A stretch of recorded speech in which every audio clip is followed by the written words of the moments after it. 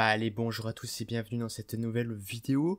Aujourd'hui, on va continuer les bases de Tekinter où on va faire une petite interface graphique qui sera un petit jeu, un jeu pas trop compliqué qui va reprendre en fait un petit peu tout ce qu'on a vu jusqu'à maintenant. Donc on va réutiliser le concept d'encapsuler Tekinter dans une classe, on va utiliser les labels, on va utiliser les boutons et on va utiliser aussi tout ce qui est lié au positionnement, donc vous savez par exemple pad Y et aussi la position de l'interface graphique. Il y aura quelques autres petits trucs en plus, mais rien de bien méchant, ça complète en fait, ça continue ce qu'on a vu jusqu'à maintenant.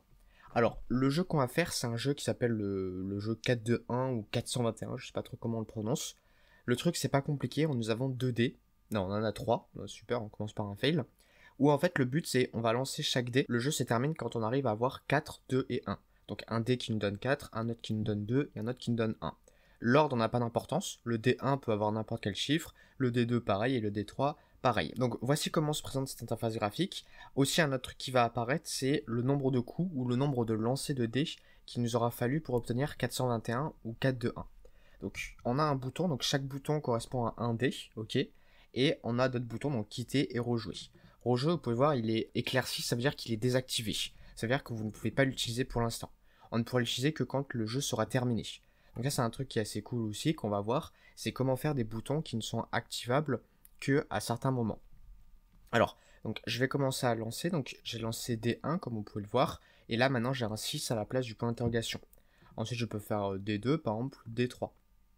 Alors là vous voyez que j'ai déjà 2-1, donc je vais en garder qu'un seul, et je vais relancer les autres dés pour avoir 4 et 2. Alors je vais relancer le D2, alors des fois quand on clique ça laisse le même chiffre, c'est pas un bug, c'est juste que le chiffre, qui est un chiffre entre 1 et 6, est généré aléatoirement.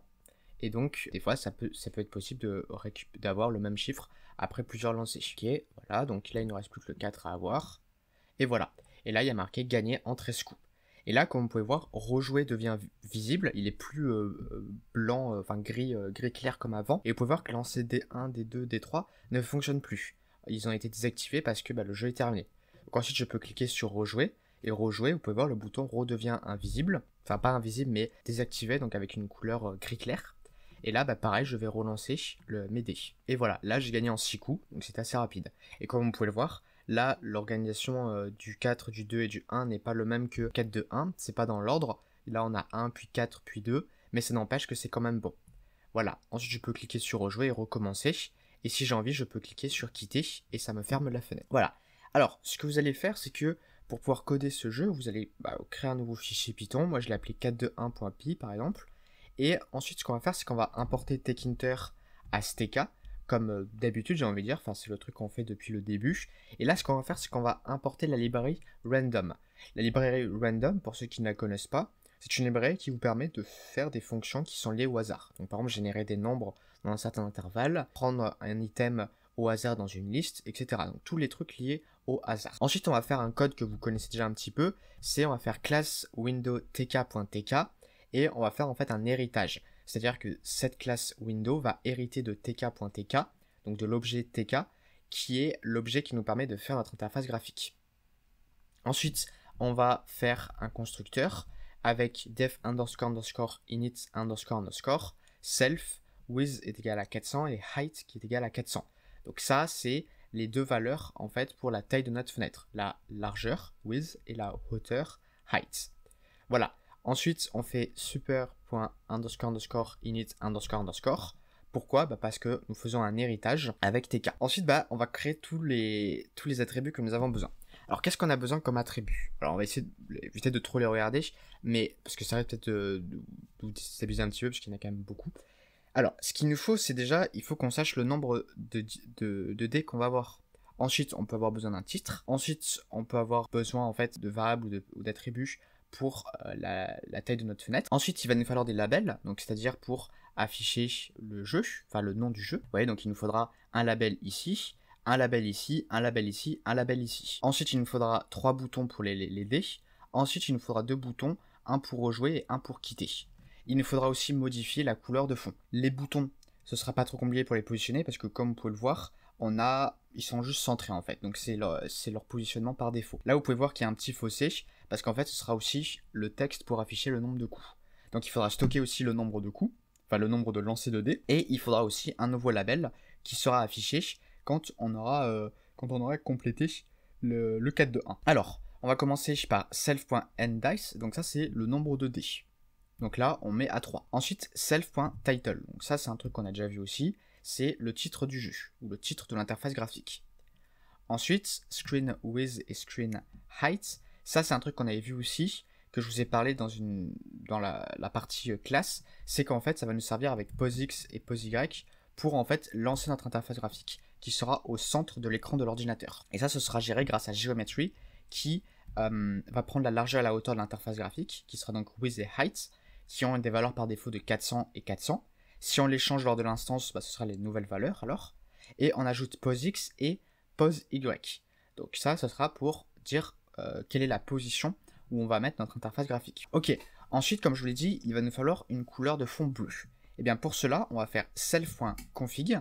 Donc le config, en fait, c'est pour faire, comme son nom l'indique, des configurations, donc paramétrer des choses qui sont relatifs à notre interface graphique en elle-même. Et le truc qu'on va changer, le paramètre qu'on veut changer, c'est le background. Donc on modifie le paramètre BG.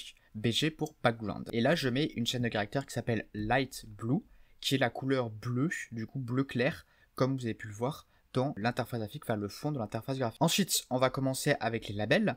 Donc les labels, les voici. Donc on a self.label qui est tk.label, donc ça on l'a déjà vu aussi, pour créer un label c'est ça. Ce qu'on va faire, c'est qu'on va faire self pour dire où est-ce qu'on va afficher ce label, donc sur notre interface graphique, qui est donc Windows. Et donc pour se référer directement à Windows quand on est à l'intérieur de la classe, on utilise le self. Ensuite le texte, voilà, pas trop compliqué, jeu du 421 ou du 421. Ensuite ça, c'est un paramètre qu'on n'a pas vu il me semble, c'est la police. Donc là ce que je fais, c'est que je fais font et je mets un tuple où je vais mettre le type de police que je veux et la taille de la police. Donc LVTK, taille de la police 16. Et le background, donc le background c'est le fond du label. Je sais pas si vous vous souvenez, mais à la base c'était un fond gris foncé, un peu gris clair. Moi ce que je veux c'est que ce soit confondu avec mon fond de l'interface graphique, donc je mets la même couleur de background ou la même couleur de fond. Et le background ou le fond, c'est le même nom de paramètre, c'est BG. Ouais, ça c'est assez cool aussi, c'est qu'ils ont gardé les paramètres ont les mêmes noms, en fait, ceux qui ont les mêmes intérêts, ils ont les mêmes noms dans les différentes classes. Ensuite, on a self.label.pack, donc ça c'est pour faire de la position et un peu tout ce qui est le contour. Donc en fait, là, ce qu'on va faire, c'est qu'on va faire un pad Y, donc il y aura un contour tout autour du label jeu 421 de 10. Donc rappelez-vous, le pad Y, ça veut dire qu'en haut et en bas du label, vous aurez une marge de 10 pixels. Ça veut dire que si vous rajoutez ensuite un autre label ou un autre bouton, il ne sera pas collé au texte. Il y aura au minimum une marge de 10. Au minimum, une marge de 10, pourquoi ? Parce que si le bouton ou l'autre label a aussi un pad Y, eh bien, il y aura aussi sa marge à lui qu'il faudra prendre en compte. Ça évite donc d'avoir les textes ou les boutons tous collés. Ça peut être une idée, bien sûr. Là, on joue un petit peu avec. Ensuite, result label, donc pareil, un label qui est à la base un texte blanc, enfin un texte vide, parce que je ne veux rien afficher. Donc, comment faire un texte en fait où au départ rien ne sera affiché, il s'affichera que après. Une méthode, c'est de juste le mettre avec un texte vide à la base. Et donc, on verra après comment faire pour changer son texte après l'avoir instancié. Évidemment, oui, on peut changer le texte et c'est quand même assez pratique. Tout ce que j'ai dit jusqu'auparavant pour label, ça c'est bon aussi pour result label. Et pareil, on fait un pad de Y de 10. Ensuite, ce qu'on va faire, c'est que là, on va stocker tous les labels pour nos dés. Vous savez, donc le truc où il y a marqué la valeur du dé et le numéro du dé. Alors, ce qu'on fait, c'est qu'on va les stocker dans une liste. Donc, on va faire self.dice_labels. Ensuite, on va faire for i in range self.endDice. On a créé cet attribut, on va l'utiliser. Ça va nous permettre, en fait, cet attribut de ne pas avoir des 3 un petit peu de partout. Donc là aussi, pareil, on va créer un label. Donc, on va en créer à chaque itération où le texte sera D. Ensuite, le i plus 1, donc c'est-à-dire le numéro du dé. En sachant que i commence à 0, si je mets juste la valeur de i ici, ça veut dire que j'aurai comme texte D0, D1 et D2. Moi, je mets juste D1, D2, D3. Donc j'incrémente de 1 en mettant un petit 1 ici. La police, c'est la même. Je change juste un peu la taille. Et BG Light Blue, donc c'est pareil, c'est le même principe. C'est pour avoir un texte où son fond se confond avec le fond du background. Là, petite remarque, j'aurais peut-être dû faire un attribut qui s'appelait self.bg, que j'appelais Light Blue. Et alors peut-être BG underscore. parce que je suis pas sûr si un des attributs de tk.tk serait pas bg aussi. Donc bg underscore, et à la place de tous les light blue ici, je devrais mettre plutôt self.bg underscore. Pourquoi? Parce que vous voyez, là, si j'ai envie de changer la couleur de fond, je suis obligé de passer sur tous les light blue, de tous les changer à la main. Vous voyez, donc là, c'est quand même assez fastidieux alors qu'il n'y a que quelques backgrounds. Mais mine de rien, il y a tout ça à changer en fait. Alors que là, si j'ai un attribut à chaque fois que j'ai un BG, je peux juste changer cette valeur ici et je suis tranquille. Vous voyez, là, il y a peut-être d'autres trucs après. Bref, on verra. Donc c'est une meilleure pratique de faire comme ça. Ok, ensuite je fais un label.pack pour le positionner. Et j'ajoute ce label dans Dice. Faire une liste Dice Labels, c'est pour pouvoir retrouver plus facilement en fait mes dés. Pour notamment ensuite changer la valeur du point d'interrogation. Ensuite, Dice Buttons, donc pareil, je vais créer une liste qui contient mes boutons. Et ce que je vais faire, c'est que, pareil, je vais faire une boucle. Alors là, j'aurais dû mettre self.endDice, comme ceci, là c'est mieux. Button égale à tk.button. Self à nouveau, texte, lancer d i plus 1, voilà. Donc ça sera le texte qui sera affiché sur mon bouton. Commande lambda i est égal à i self.rollDice. Alors ça va être du coup la fonction qui va être associée à ce bouton. Et on utilise une fonction lambda ici parce que nous avons une méthode, une fonction associée qui contient un paramètre. Et rollDice, on va la voir après, mais vous vous doutez que c'est la méthode qui va nous permettre en fait de générer un nombre aléatoire, donc de faire la simulation du lancer de dés. Ensuite, je vais faire un button.pack pad y qui est égal à 5 pour avoir un petit contour de 5 entre chaque bouton. Et j'ajoute mon bouton. Là, par exemple, vous avez vu, je n'ai pas mis un BG, je n'ai pas changé le background. C'était voilà, pour faire un truc un peu différent. Ensuite, on a un autre bouton aussi à faire, c'est le bouton rejouer. Le bouton rejouer, lui, il n'est pas compliqué, c'est à nouveau tk.button, texte rejouer avec self au début. Et on a deux trucs un peu différents. C'est tout d'abord, on a la commande associée, donc la méthode associée, qui est reset game, donc on verra après, qui nous permettra de réinitialiser le jeu.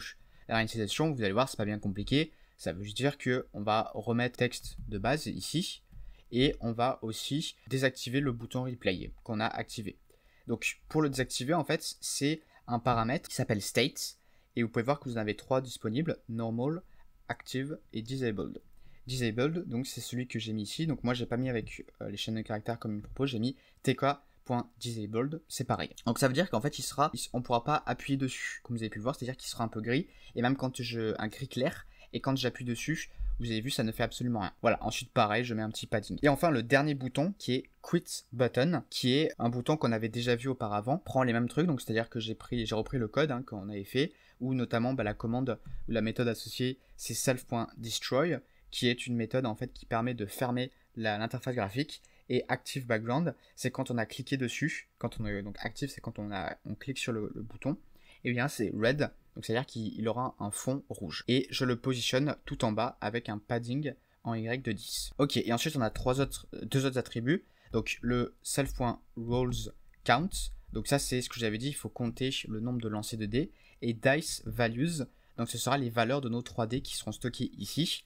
Et ça nous permettra en fait de vérifier après si on a 4, 2 et 1. Ok, donc la méthode rollDice, c'est la méthode qui est ici, qui est la méthode qui va nous permettre de lancer notre dé.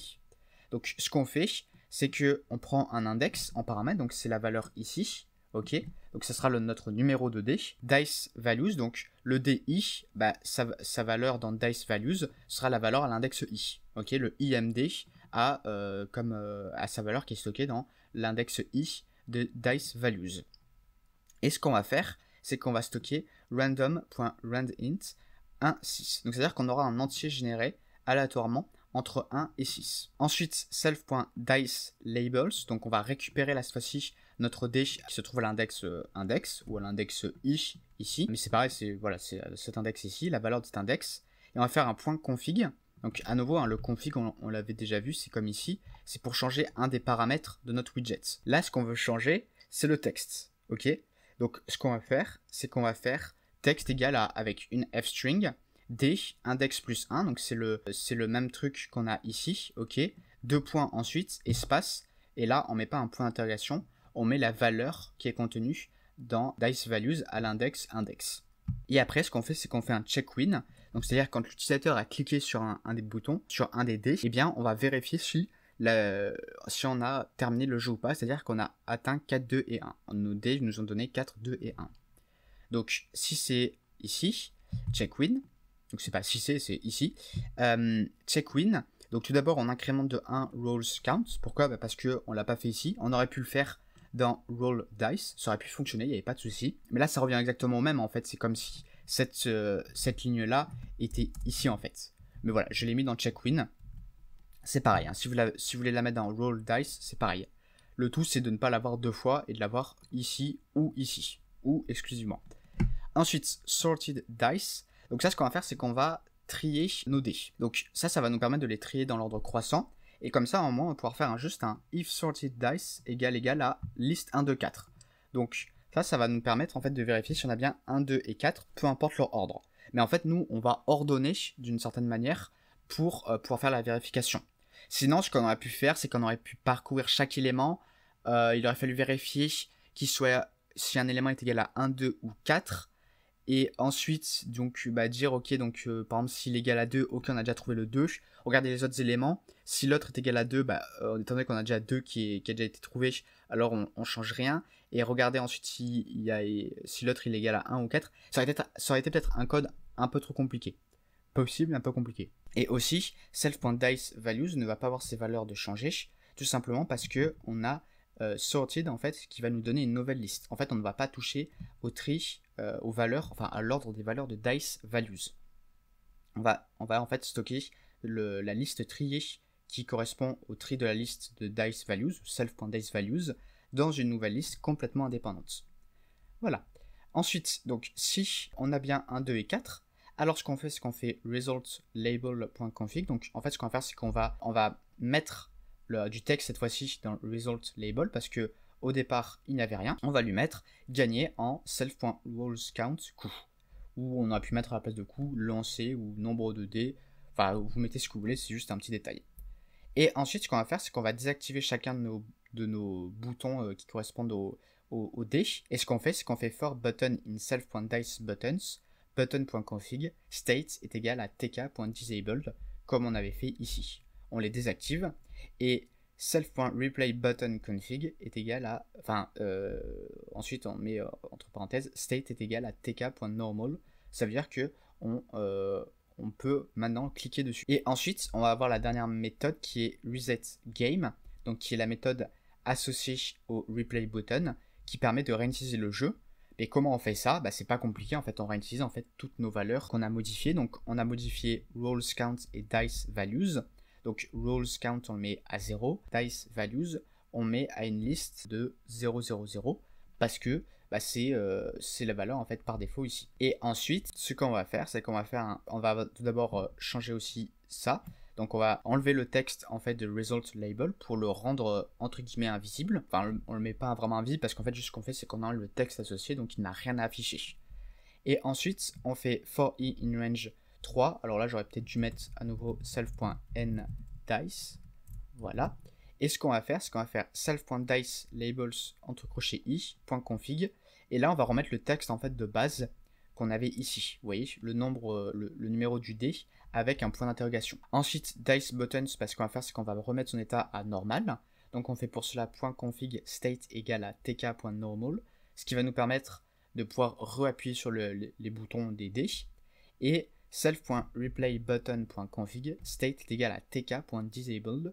Donc on va désactiver le bouton replay. Le bouton quitter, on ne touche pas, en fait, puisque à n'importe quel moment, en fait, on peut cliquer dessus pour quitter le jeu.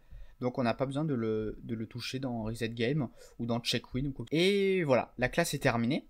Et ce qu'on peut faire ensuite, c'est, donc on peut créer des variables ici with et height pour avoir les valeurs de notre interface graphique. Bon, moi j'ai remis 400 et 400 comme les valeurs par défaut, mais on peut mettre d'autres valeurs. Et ce que je fais, c'est que j'instancie ensuite ma fenêtre Tkinter en instanciant Windows tout simplement, en mettant with et height si j'ai envie. Si je ne mets pas de paramètres ici, ça prendra les valeurs par défaut qui sont ici, donc 400 et 400. Et ensuite, je fais mywindow.mainLoop comme on avait vu. Bon allez, pour la fin, je vais mettre 600 par 600 pour changer un petit peu. Et si j'exécute, bon et bien là, vous pouvez voir que la fenêtre est un peu plus grande et on a toujours notre interface graphique qui fonctionne bien. Donc là, on a déjà eu le 4. Je vais relancer le D2. Voilà, là j'ai 2, nickel. Allez, on va espérer avoir un 1 rapidement. Voilà, gagné en 14 coups. Et vous pouvez voir, là, on a les dés qui sont désactivés. Je ne peux plus cliquer dessus. je peux cliquer sur rejouer, cela dit. Voilà, et je peux recommencer. J'avais pas tenté de cliquer sur rejouer, je crois, auparavant, quand le jeu était en cours. Mais vous pouvez voir que si je clique, ça ne fait absolument rien. J'ai toujours D1, 5 et 3. Donc ça veut dire que la méthode reset game n'est pas appelée. Voilà, gagné en 11 coups, c'est nickel. Bon, et bien du coup, ce petit code est terminé. Donc comme vous avez pu voir, on a réutilisé pas mal de code en fait qu'on connaissait déjà. Donc notamment tout ce qui est lié à la classe window tk.tk, ce code là aussi, celui-là aussi. Ensuite tout ce qui est label, tout ça, on avait déjà un petit peu vu. Ce que j'ai rajouté par contre c'est font égale Helvetica et BG. Et aussi un petit peu... aussi state, on a vu le state en plus, il me semble qu'on l'avait pas vu auparavant. Mais sinon, tout le reste, c'est quasiment la même chose. Après, on a un peu plus manipulé quand même les boutons parce qu'on a touché à leur config. Donc, on rappelait la méthode config qui permettait de modifier un de leurs paramètres, comme par exemple le texte qui était associé avec. Et config, ça permet de modifier aussi background, par exemple, ou l'active background, et d'autres trucs en fait. Donc, tous les paramètres en fait qui sont relatifs à votre widget. Mais sinon, vous pouvez voir, j'espère que vous pouvez voir que en fait, il y a une bonne partie du code qui revient en fait, qui reste un peu le même, qui peut-être avec d'autres choses en plus, mais vous avez une base en fait qui se dessine. Et pareil, après quand il faut exécuter le code, c'est le même truc, une instance de l'interface graphique, avec, si vous voulez, la taille avec une taille par défaut, et ensuite vous prenez la variable qui contient votre instance de la fenêtre graphique, et vous faites .mainLoop pour faire tourner la fenêtre. Voilà, donc moi j'en ai terminé pour cette vidéo. Si vous avez des questions, comme d'habitude, n'hésitez pas à les laisser dans les commentaires. Et moi sur ce, je vous dis portez-vous bien, il y a une prochaine. Salut!